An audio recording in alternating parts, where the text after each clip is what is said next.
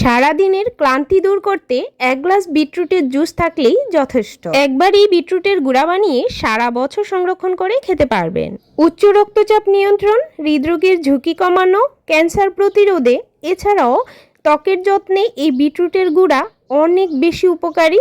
আর এতে প্রচুর ফাইবার থাকার কারণে হজম ক্রিয়া উন্নত করে। চলুন তাহলে কথা না বাড়িয়ে এই বিটরুটের গুঁড়া কিভাবে তৈরি করে সারা বছর সংরক্ষণ করে রাখা যায় সেই পদ্ধতিটাই দেখে নেই।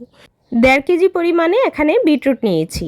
এখন বিটরুটে যেহেতু প্রচুর পরিমাণে বালু আর ময়লা থাকে, তাই এই বিটরুটগুলোকে প্রথমত খুব ভালোভাবে কচলে ধুয়ে নিতে হবে। তো এই বিটরুটগুলোকে আমি কয়েকবার জল পাল্টে ধুয়ে নিয়েছি।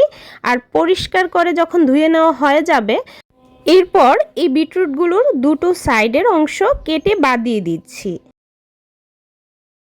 এরপর বিটরুটগুলোর প্রতিটা বিটরুটের খোসা খুব সুন্দর করে আলতো করে ছাড়িয়ে নিচ্ছি। আর এখানে আপনি চাইলে পিলারের ব্যবহারও করতে পারেন। তো এবার খোসাগুলো ছাড়ানো হয়ে গেলে আমি এগুলোকে গ্রেটারের পরিবর্তে এভাবে পিলারের সাহায্যে খুব দ্রুতই পাতলা পাতলা স্লাইস করে এগুলো ছাড়িয়ে নিচ্ছি। আর দেখুন, এভাবে স্লাইস করার পরে খুব দ্রুত কিন্তু শুকিয়েও আসবে। আর এই পদ্ধতিতেই করাটা ভীষণ সহজ হবে আর খুব দ্রুত হবে। চেষ্টা করবেন একটু বেশি পরিমাণে বিটরুট এভাবে বানিয়ে শুকিয়ে নেওয়ার জন্য। তো সবগুলো বিটরুট একইভাবে করে নিয়েছি। এখন বড় একটা ট্রেতে সবগুলো ছড়িয়ে এভাবে এক জায়গায় করে নিচ্ছি। আর চেষ্টা করবেন একটু ছড়ানো পাত্রতে ব্যবহার করতে, তাহলে খুব দ্রুত শুকিয়ে আসবে। তো আমি এবার এগুলোকে রোদে শুকাতে দিব। এখন চলুন রোদে দিয়ে আসি। যেহেতু বিটরুটে প্রচুর পরিমাণে জলজলে ভাব থাকে, তাই একটু ভালো করে সময় নিয়ে মচমচে করে শুকিয়ে নেওয়াটা জরুরি। তো 3 থেকে প্রায় 4 দিন কড়া রোদে শুকিয়ে নেওয়ার পর আমি এই বিটরুটের গুঁড়া তৈরি করেছি। তো অবশ্যই ভালো করে শুকিয়ে নেওয়াটা ভীষণ জরুরি। তো দেখুন, আপনারা শব্দ শুনেই হয়তো বুঝতে পারছেন কতটা মচমচে করে শুকিয়ে নিয়েছি। তাহলে এই বিটরুটের গুঁড়াটা করতে ভীষণ সহজ হবে। আর একটু ভালো মানের ব্লেন্ডার জার হলে গুঁড়াটা একটু ভালোই হবে। বিটরুটের গুঁড়াগুলো তৈরি করে নেওয়ার পর ছেঁকে নিতে হবে। আর ছেঁকে নেওয়ার পরে একটা স্মুথ কিন্তু আপনি গুঁড়া পেয়ে যাবেন।